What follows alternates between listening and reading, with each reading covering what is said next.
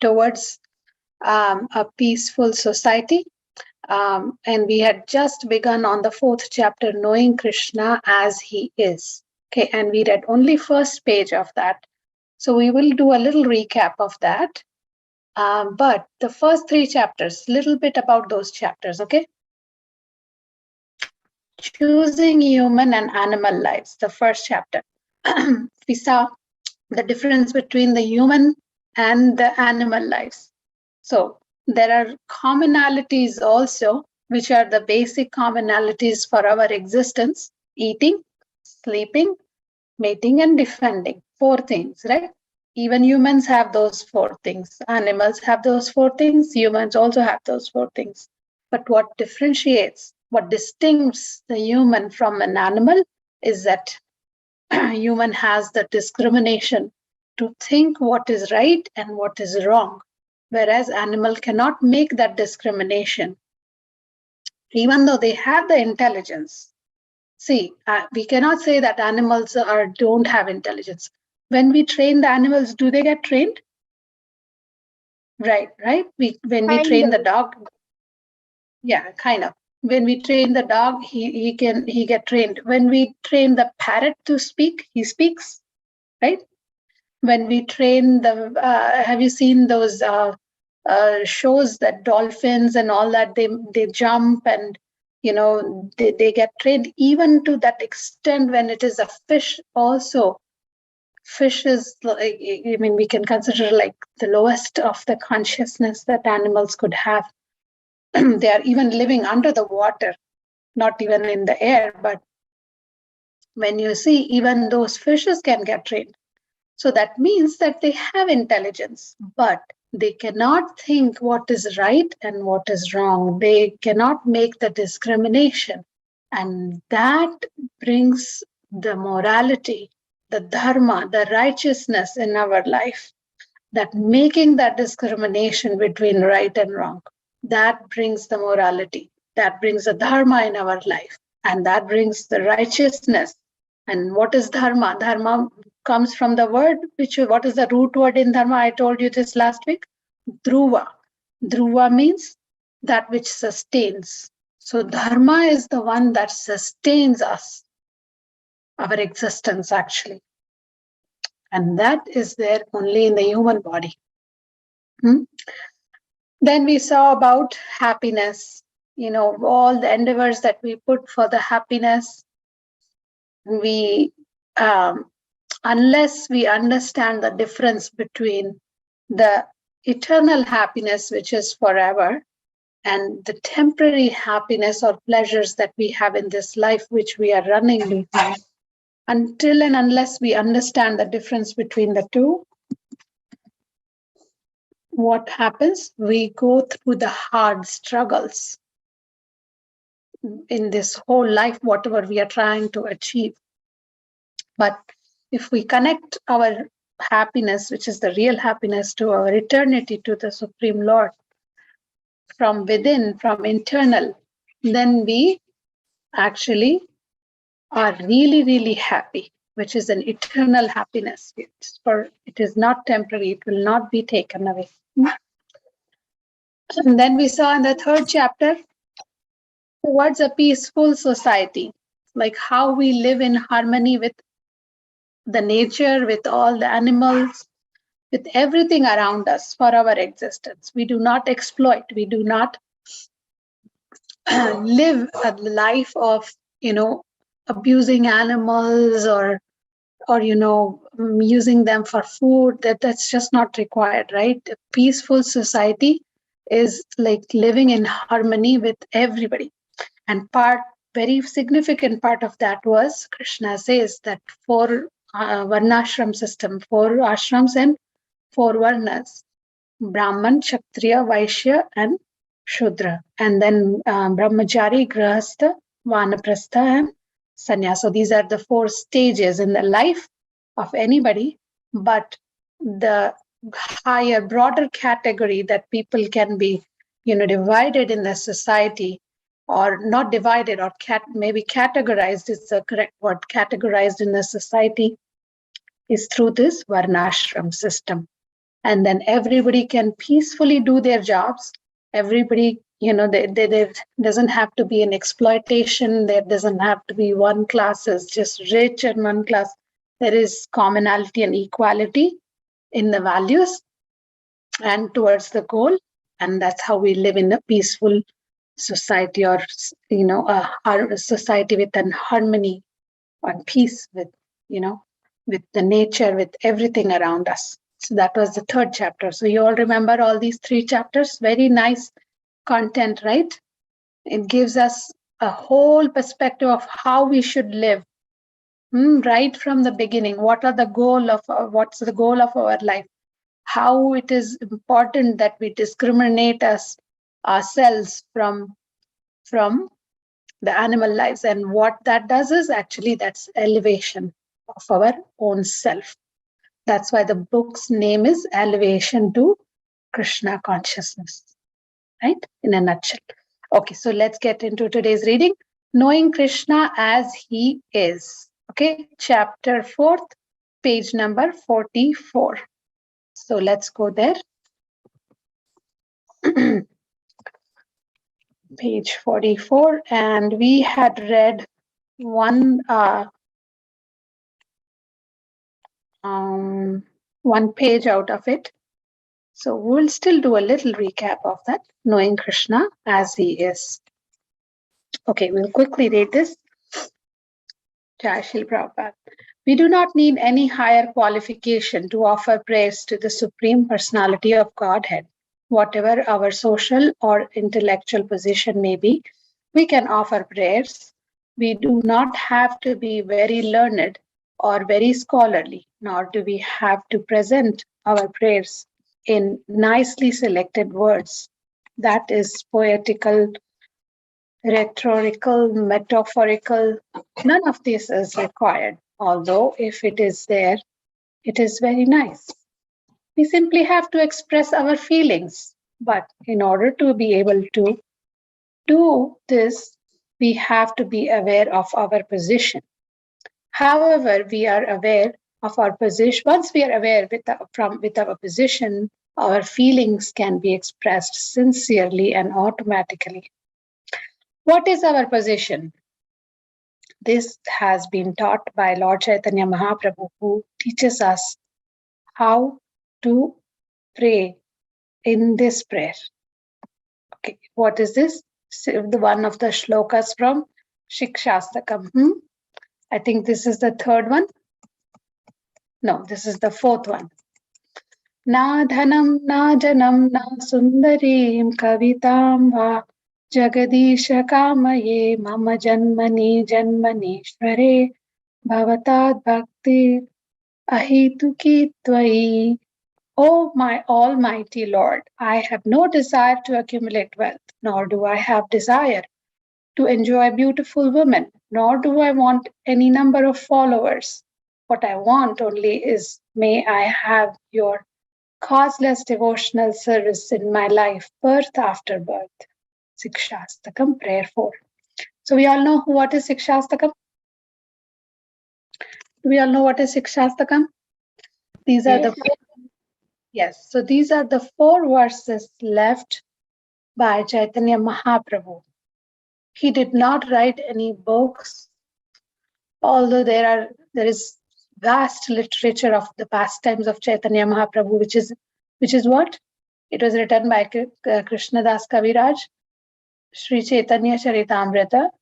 Then there was another one which is written by Vrindavan Das Thakur, which is Chaitanya Bhagavat.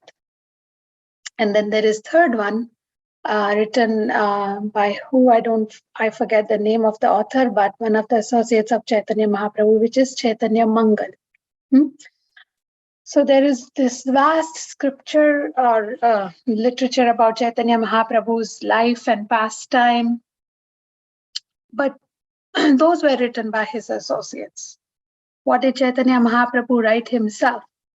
He just left behind these 4 verses, which is packed with so much, philosophy, that if we just follow that 4 verses of Chaitanya Mahaprabhu whatever he is teaching, whatever he is giving, he is trying to, instruct us through these 4 verses. We are sure to go back to Godhead, and even more is that we are sure to have pure love of Srimati Radha and Lord Sri Krishna. That is this power of these verses that Chaitanya Mahaprabhu has. And so 4th verse of that is this, where Chaitanya Mahaprabhu is praying to the Lord. What is he saying? Almighty Lord, I have no desire to accumulate wealth, nor do I desire to enjoy a beautiful woman, nor do I want any number of followers. What I want is only I may have your causeless devotional service in my life, birth after birth. So we all understand. It's very simple. It's not hard. Yes, Mehika? Go ahead. Mataji, I think it was Lochandra Das who wrote Chaitanya Mangal. Okay, very nice. Thank you for looking at. Thank you. Okay. So this chapter we are learning what? Knowing Krishna as it is, as he is. How is our Lord? What do we know about him? How is our Lord? He's very merciful. He's transcendental. He's full of all the qualities. He's source of everything. And he's eternally, eternally, eternally loving to everybody. No matter how that soul is still part and parcel of the Lord. So when that soul comes here, falls down in this material world, does Lord give up on that soul?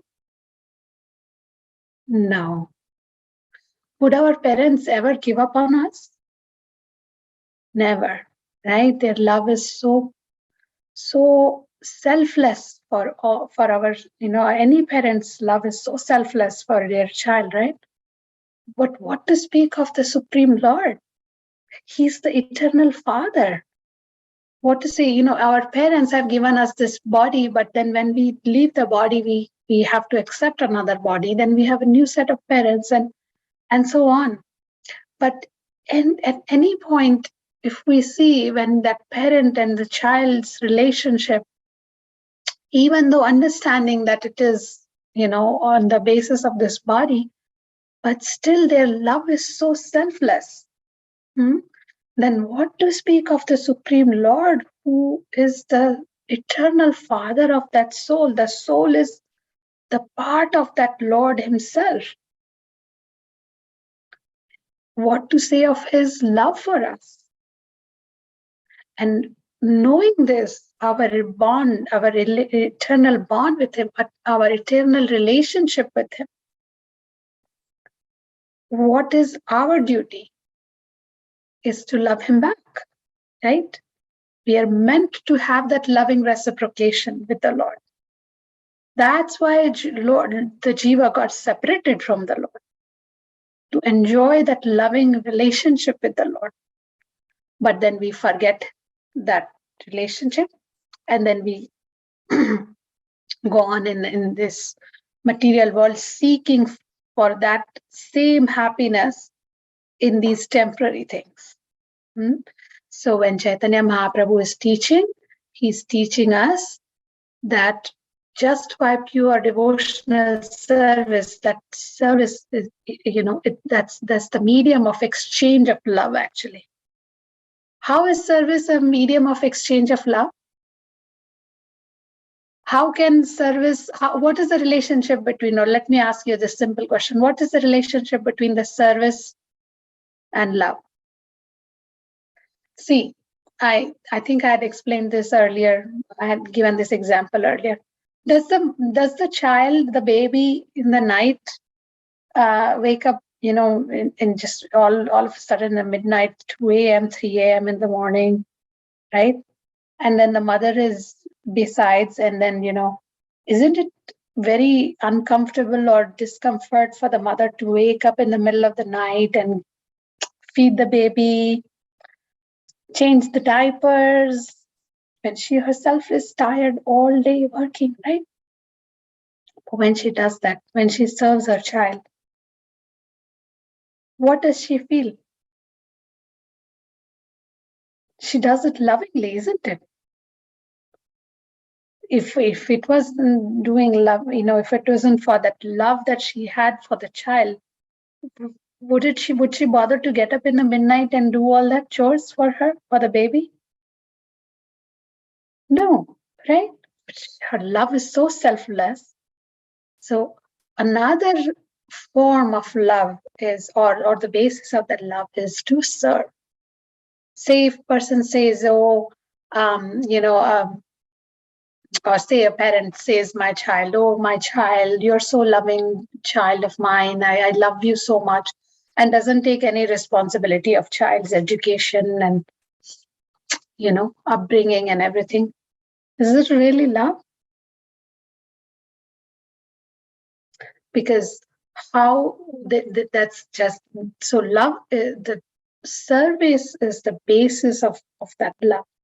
And Chaitanya Mahaprabhu is asking that service to the Lord, devotional service to the Lord, life after life. That means that bond of love, of exchange, loving exchange between the Lord and the Jiva. Lord actually, in a way, doesn't need our service, does he? In the spiritual world, in Golok Vrindavan, there are trees which are Kalpa Vriksha. If you ask, if you desire a pizza is just appears there. Does Lord needs our service? There are Kamadhenu cows.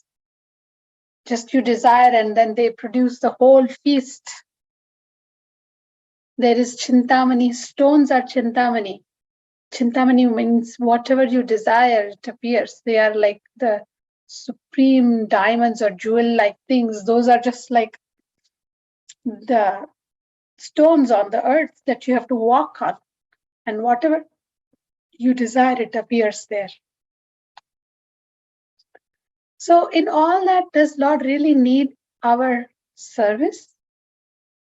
No.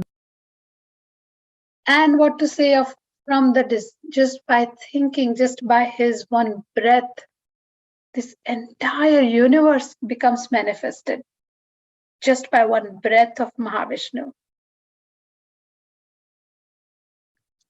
This entire universe becomes manifested. And then just by another breath, this whole manifestation goes back in the body of the Lord Mahavishnu. Does he really need our service? No. But what he needs is that love. And the way when we lovingly do something for him, that's how we express our love for him. That is what Chaitanya Mahaprabhu is asking in this verse, right? See, we're just talking about this one verse, and we're just talking about just that devotional service. We haven't even talked about the entire verse. So you see what those 8 verses that the Chaitanya Mahaprabhu has left are so powerful that we can be speaking and forever and ever on these 8 verses. Just these 8 verses, so powerful. Okay, so knowing Krishna means actually knowing our relationship with him. Knowing, and how do we know that relationship with him? Knowing by our own position who we really are. And knowing that we offer our praise to the Lord, we want to establish that relationship back to him. And that's how Chaitanya Mahaprabhu is offering these prayers and saying that he wants that devotional service life after life. In this prayer, the word Jagadisha means the Lord of universe. Jagat means the universe, and Isha means the Ishvara, the Lord. Whether we are Hindu, Muslim, Christian, or whatever, we must acknowledge that there is supreme controller of this universe. This cannot be denied by anyone who has faith in God. Our conviction should be that our Supreme Father, Jagdish of the Lord, or the Lord of the entire universe, only Lord Jagdish is in control. Everyone else is controlled. The atheists, however, do not think in terms because they like to think that they are in control, but actually, this is not the case. All beings in the material world are subject to three modes of material nature: goodness, passion, ignorance. But the Supreme Lord is above these modes. So we are trying to understand the nature of the Lord here, right? And what does Lord say about his own nature in Bhagavad Gita? We have that verse. Traibhir gunamayer bhavair एभिः सर्वम् idam jagat mohitam nabhijananti mam ebhya param avyayam. Deluded by the three modes, goodness, passion, and ignorance, the whole world does not know me. Who am above them and inexhaustible. Then Brahma Samhita also gives us this information regarding Jagdish, the Supreme. In that work, Lord Brahma says the Supreme Controller is Lord Krishna himself. Ishwaraha Paramaha Krishna. The word Ishwara means controller. The word Parama means supreme. All of us are controller to some limited extent. If we have nothing to control, sometimes we keep a dog or a cat, or we can say, my dear dog, please come here. In this way, we can think I am controller. Sometimes the tables turn, however, and we find that the dog controls the master. This happens actually because no one is the controller. Everyone is controlled. Unfortunately, we are forgetful of this situation, and this forgetfulness is called Maya. We refuse to accept any control of this universe because if we accept the control, we have to account for our sinful activities. Just as when we accept government, we have to account for our unlawful activities. Our position is that we want to continue to our sinful activities, and therefore we deny the existence of the controller. This is the basic principle of godlessness. Okay, so what do we understand by this? That we think we are in charge of everything, but actually, there is a supreme energies that control us. And there's something that is created for us that is called destiny. And what is that based off? Our own karma.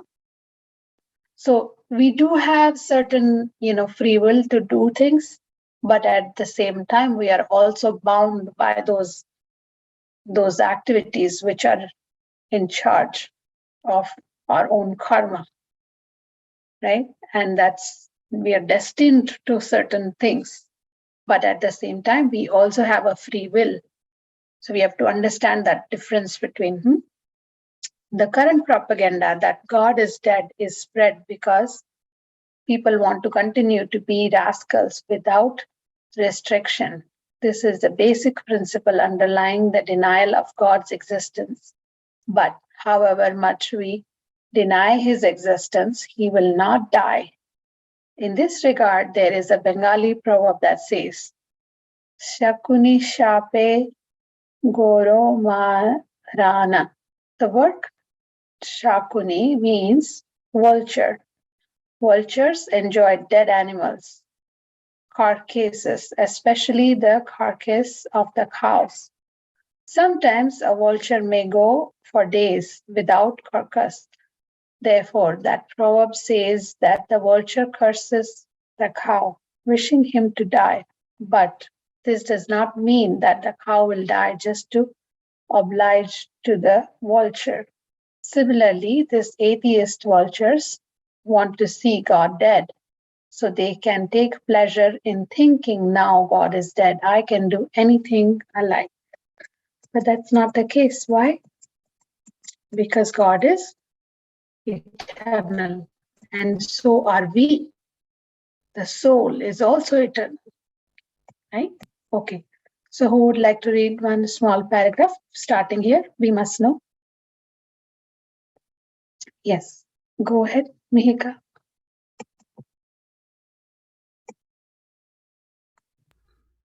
Mataji, I didn't raise my hand. It was Manhar. Okay, Manahar, you want to read? Okay, we must know then for certain that there is a controller that is the beginning of knowledge. Why should we deny this truth? In Yes. every field of activity we find some infinite controller, so how can we deny the existence of an infinite controller in this creation? It is not without reason that therefore that Lord Chaitanya Mahaprabhu particularly refers Jagadisha, Lord of the universe. He does not manufacture this term, for it is found in many different Vedic mantras. For instance, For instance, yes. Tava. Okay. For instance, Tava Kara Kamala Vare Nakham Adbhuta Shringam Dalita Hiranyakashipu Tanu Bhringam Keshavadhrita Narahari Rupa Jaya Jagadisha Hare. So we say that prayers in our Narshinga Aarti. What is the meaning? Yes, go ahead. Manahar, read the meaning. Oh my Lord.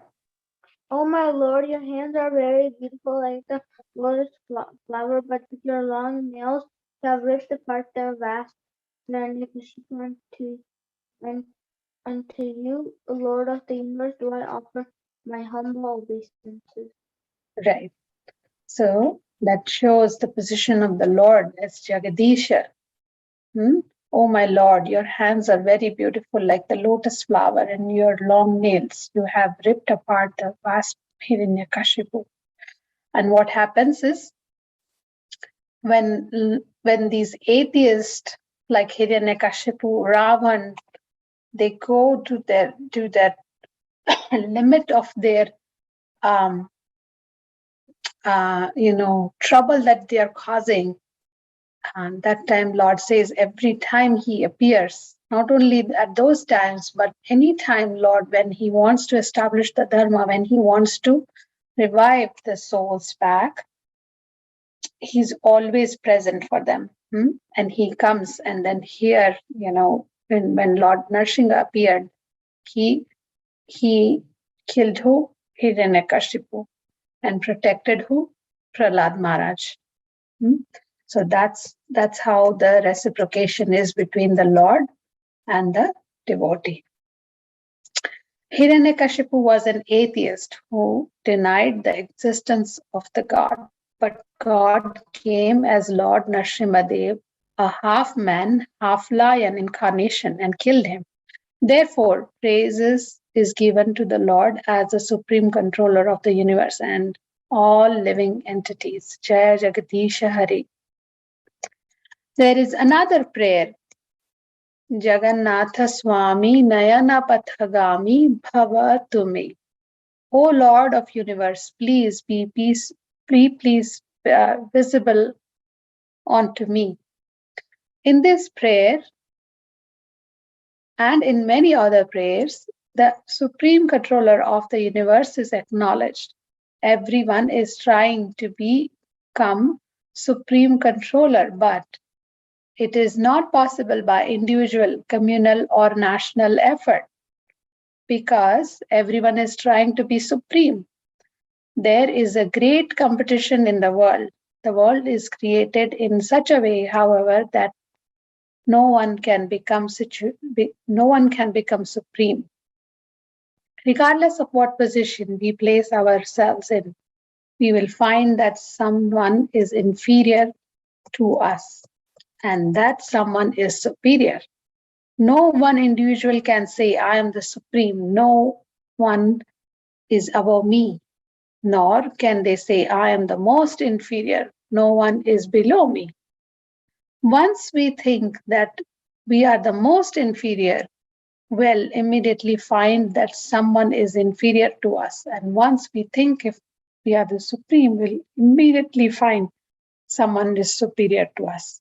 This is our position, right? So what is the Lord saying here? What is Prabhupada explaining here? That our position is that we are the jivas, right? And we cannot be the supreme, and we are also not the most inferior. So jiva is eternal. So there is always someone supreme, and the most supreme of superior of everybody is Lord Sri Krishna. We cannot be that the supreme Lord. So we are just a part and parcel of the Lord. Okay. God's position, however, is not like this. In Bhagavad Gita, Krishna asserts his superiority himself in this way. Mattaha parataram nanyat kinchit asti dhananjaya mayi sarvam idam proktam sutramani gana iva. O conqueror of wealth, Arjuna, there is no truth superior to me. Everything rests on me as the pearls are strung on the thread. Right? We know how the necklaces is made, right? There is a thread inside, and then there are pearls or the beads that are strung on that thread. So unless that thread is putting it all together, it cannot be a necklace. It would be something else. It would be just beads laying around. It could be just pearls laying around. So likewise, in this universe, everything has been put together by the Lord, by his desire. And that's how everything is working in complete, right? Everything is working completely in itself. Our bodies are complete. This whole universe is complete, right? Do we go to Mars to bring some water, or sometimes we go to Mars to get some air? No, everything is complete. And that's how Lord has created everything. So that is the supreme position of the Lord. He's saying that, oh, Arjuna, there's no superior truth beyond me. Everything is resting on me. God is Asma Ruddha, which means that no one is equal to or superior to him. If we find someone who has no superior, we can accept him as God. God can be defined as one who has no superior or one or who has no equal. This is Vedic revision. So this is Vedic version. In Upanishads, it is said, Na tat samaschabhya thitascha drishyate. No one is found equal or greater than him. Okay, so Lord is supreme, right? So that's one thing we are discussing here. Another characteristic of the Lord. What is another one? Okay, so who will write to read here? Another characteristic of the God is that? Yes, go ahead, Mihika. Okay, Mataji. Another characteristic of God is that he has nothing to do. In the material world, when a man is considered very important, he always has a great number of things to do. The President of the United States, for instance, is considered to be the supreme man in the country, but as soon as there's some disturbance in Central Europe or in any other place in the world, he immediately has to call a meeting of his cabinet to consider how to deal with the situation. So even he is required to do even he is required to do so many things. If he does not do anything, he is no longer the supreme man. The Vedic literatures, however, we find that God has nothing to do. Na tasya karyam karanam cha vidyate. Krishna may act in so many ways in the world, but it is not because he is required to do so. This is indicated in the Bhagavad Gita. Na me parthasti kartavyam trishu lokeshu kinchana nanavaptam avaptavyam varta eva cha karmani.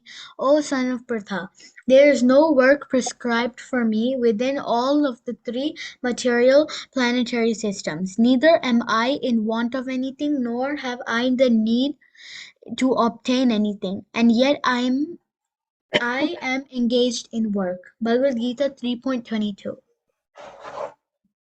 Very nice. Thank you. So another thing is that Lord doesn't have to do anything. And we read this shloka, right? Lord says himself in Bhagavad Gita, he's not in want of anything. There is no work that is prescribed for him, but he does that for setting an example, right? For us to do the right thing. So he's coming here to show us the way. He's not required to do anything. Okay. In this respect, it is interesting to note that one European gentleman who went to Calcutta and visited several temples noted that in the temple of goddess Kali, the deity had a very ferocious figure with a chopper in the hand and was cutting off the heads of the demons and wearing them as a garlands.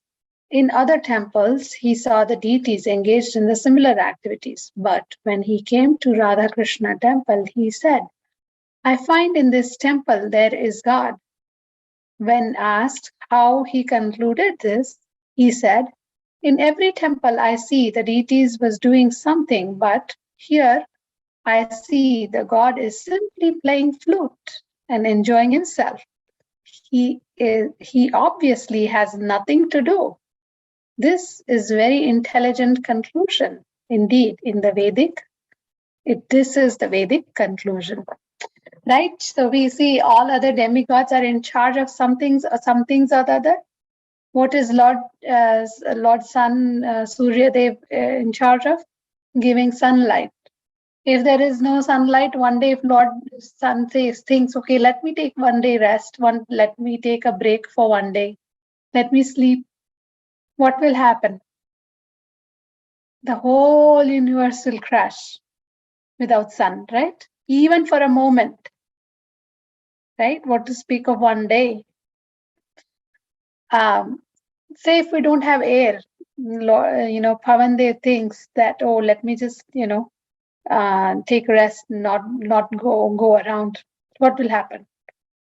We will choke to our deaths without air, right? So all these demigods who are in charge of all these things, they have to perform their duties, right? Similarly, even Lord Mahavishnu, he creates the universe, and that is his duty to, that all these universes come manifested from him. Then Garbhodakshai Vishnu has is assigned to do the duty of he takes care of everything inside the universe, right? And then the Paramatma in our heart, he's seated and he guides us the right thing and the wrong thing, right? So if we see that when we see Lord Krishna, although everything, he's the source of everything, but he's not required to do anything. And what is he doing? He's just in his Golok Vrindavan, and he plays flute there, and he enjoys that loving reciprocation with his devotees. And that's how we see the position of Lord Krishna. He's the supreme of everything. He's the source of everything. Nowadays, it is becoming fashionable for people to claim that they are becoming God, but by meditation. This means that by meditation, it is possible to transform oneself into God. In other words, God meditates, and by his meditation, he becomes God. This is all nonsense. God is God. and he is always God and will have always to be God, even if an infant on the lap of his mother, Krishna, is God. No meditation was required, no austerities or penance. When Putna, the demonic witch, came to poison the baby Krishna, she became as beautiful young girl as Mother Yashoda. Oh Yashoda Mai, you are very nice. You have a very nice baby. Will you kindly give me so I can nurse him? Yashoda was very simple village woman and she said, oh yes, you can take my child. Putna had smeared poison on her breast and she intended to kill Krishna by letting him suck them. But this is the demonic spirit. Demons are always wanting to kill Krishna so they can say, God is dead. There is no God. God is impersonal.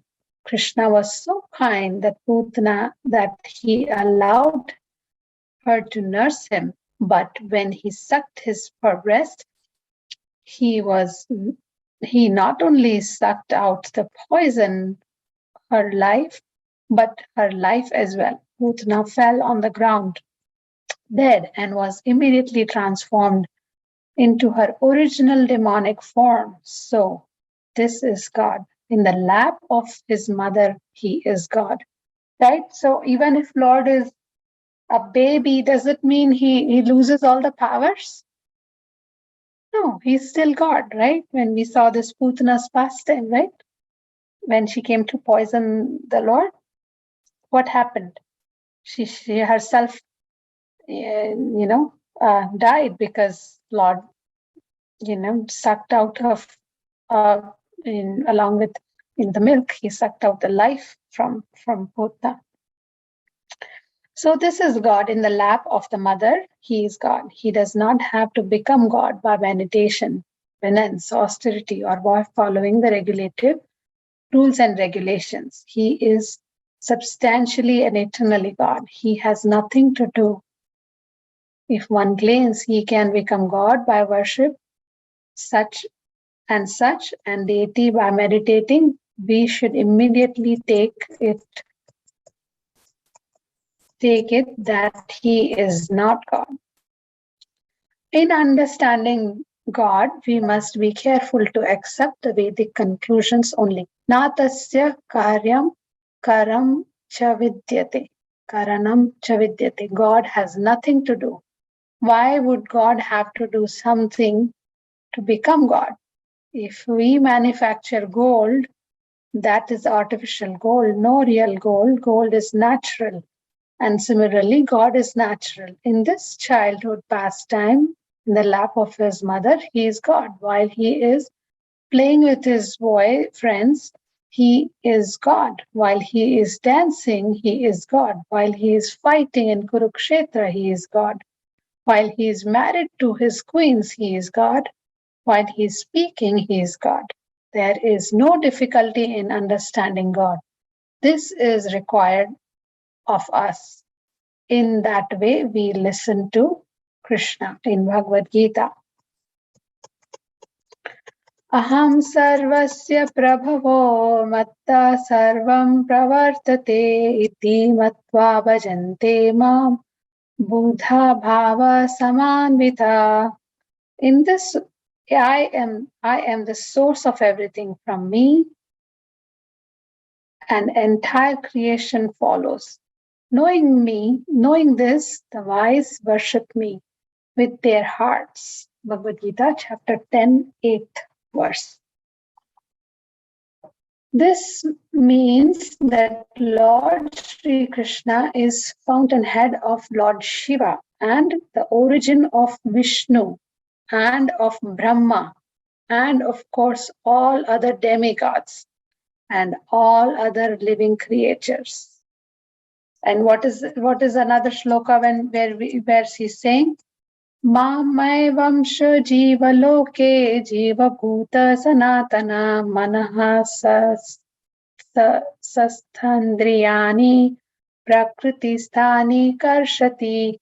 All the living entities in this conditioned world are my fragmental part. They are eternal, but due to the conditioned life, they are struggling very hard with the six senses, which includes mind. Okay, so the position of Lord. One thing, that he is supreme, nobody is supreme than him.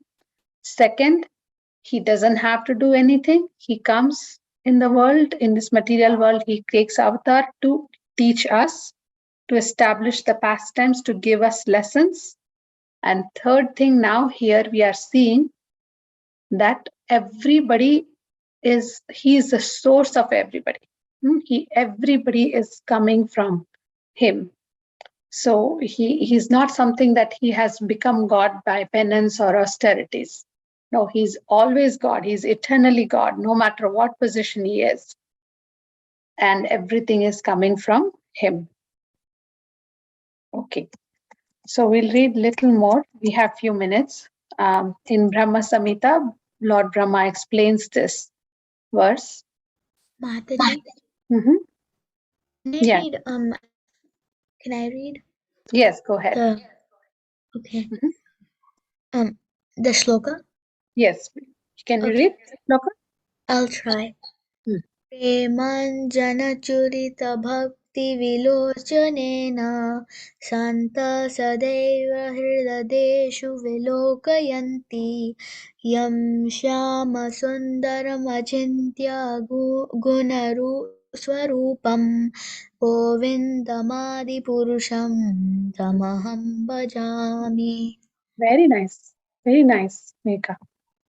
Go ahead. I worship Govinda, the primeval Lord, who is Shyamasundara, Krishna himself, with inconceivable, innumerable attributes, whom the pure devotees see in their heart of hearts with the eye of devotion, tinged with the slave of love. Very, What's BS, Mataji? Brahma Samhita. Brahma Samhita 5.38. Yes. So in Brahma Samhita, what is Brahma Samhita? We all know it is a small book. It's a black color small book, right? Where Brahma is there on the cover page, and then Lord Krishna is playing flute, and Brahma is seated on this the lotus abode or lotus flower, and from that flute that Krishna is playing, Brahma is getting intelligence. And that's how he creates this entire universe. That's how Lord's flute is. And then when he creates this universe, then he offers the prayers to the Lord. And whom is he worshipping? Lord Brahma. He's worshipping the primeval Lord, Lord Govinda. And he's saying, I worship Govinda, the primeval Lord. That means the supreme Lord. And he's saying that Govindam Adi Purusham. He is the Adi Purusha. Adi means there is no beginning of. Adi means the very first, or the or to say that doesn't have a beginning. That is Adi. Adi Purusham Tamaham Bhajami. That's what he's saying. And then he's describing various qualities of the Lord and various qualities of his abode, of Lord's abode. And that is given in the prayers of Brahma. And Prabhupada has made this separate book from that 5th chapter of Brahma's prayers, and that is Brahma Samhita. We are going to read one day. Once we come to that list in our list, we are going to read Brahma Samhita also. Okay, very nice. So we have 5 more minutes. So let's take a pause here at these prayers of Brahma Samhita.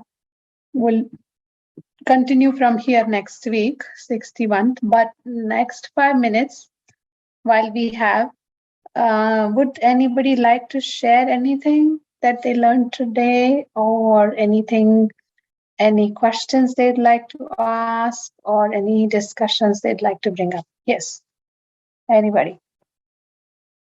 Yeah, go ahead. Mehika, go ahead. Okay, so Mataji, first of all, it was a very nice reading session and explaining. That so one realization that I would like to share is that from chapter 4, we like it says that Krishna, he has basically nothing to do, but Mm, he just acts like a role model um mm, for us to do our duty, which were our prescribed duty, and yeah. not just sit and just be like we don't have anything to do. And Mm, and then there was a very nice example that Srila Prabhupada explained about one I think it was Englishman or yes. European man. So he visited So many Calcutta, temples. Mm, and he visited the temples over there. So all the temples for the other like um God. demigods, like for example Mother Kali, uh Mm, she was like killing the demons with her chopper and all. mm, So in all of them he saw action going on, but mm, in the Radha Krishna temple he said that and Krishna actually has nothing really to do. He was just simply playing his flute and enjoying himself. yeah. That And is really so. It really shows the supremacy of the Lord. He doesn't have to do anything, but he does out of love. He does out of love. He comes again and again on the yada yada hi dharmasya glanir bhavati bharata. Right? We know that shloka, very popular shloka from Bhagavad Gita. Abhyaktanam dharmasya tadatmanam sujamyaham. I come 4.1. again and again to establish the religious principles. So give us those, lessons or set examples for us. And Yeah. Mataji, I wanted to share one more, which was like for genuine life. Like you said that when parents they have like love for us, but Mm, according to that love, they do service to us. Like um mm, they pay for our education and they teach us and all. That's mm, their love. That's represented by their service. But mm, if like that's basically what we do to Krishna. So mm. if we serve Krishna, we're basically getting out the relationship and the love that we had with him. But because we think that Krishna needs the service we do, but he actually doesn't, because in spiritual world there are wish fulfilling trees, cows, and stones. Right. Very nice. Such a nice listener and such a nice realization, Mahika. Thank you for sharing that.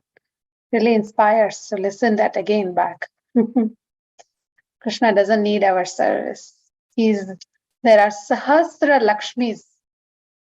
Where is Lakshmi Devi sitting? Well, what is the position of Lakshmi Devi? She's sitting Lotus on feet of a Lord Krishna. with Lotus feet of Lord Krishna. Oh my Lord Vishnu. And what is she doing? She's massaging, she's serving at his service. So does he really need the things, that small things that we would offer to him? No, it is just a gesture of love that we have. We want to do something for him based on our capacity, based on our feelings, based on the resources that we have. It's just a gesture of love that we want to show back to the Lord.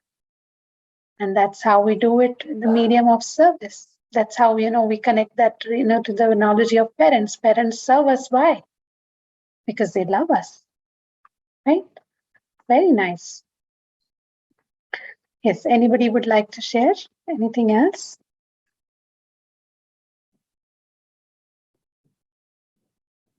Okay, Manahar, you had to share? Yes, go ahead, Manahar. Okay, Mataji. So the first thing I learned was that from the Shikshartikam, like one can get love of Srimati Radharani and Lord Krishna, and the second thing I learned is people people say God is dead. There's no God. Hmm. But Hiranyakashipu thought that, and then Krishna came in the form of Nrsimhadev and killed him. So and then he found out that there is a God. There's Yeah, it's not and like Nash, correct. That shows the supremacy of the Lord here, even though Hiranyakashipu had all kinds of boons, that no man can kill me, no animal can kill me, no day, no, not during the day, not during the night, not inside, not outside, not in the morning, not in the evening, not in the night. Lord, even then, whatever boons he had, Lord came in such a form. He was neither animal nor a human being. He did not kill him in the night, not in the day. He did not kill him inside, did not kill him outside. Everything, Lord, is supreme. He is even supreme than the most intelligent that Hiranyakashipu thought, I am very intelligent and I became eternal. No, there is nobody supreme to the Lord. Narasimha Dev didn't kill him anywhere in his lap. Yeah, yeah. Not with any instrument, right? With his aim, with his nails. So nobody is supreme to the Lord, shows the supremacy of the Lord. And what does that Lord does? He protects his devotees. He loves his devotees and he's there for his devotees all the time. Very nice. Mataji, Yes. I wanted to add something. Krishna could have broke the bones that Hiranyakashipu asked, because he's the supreme controller. So if the reactions wouldn't react on him, but just to show that he's very merciful, and he can even do anything, even with to show basically his supremacy, and he's very merciful. He fulfilled all the boons, and he still accomplished the task of annihilating Hiranyakashipu. Right. Very nice. Okay, so we'll end here and we'll continue next week.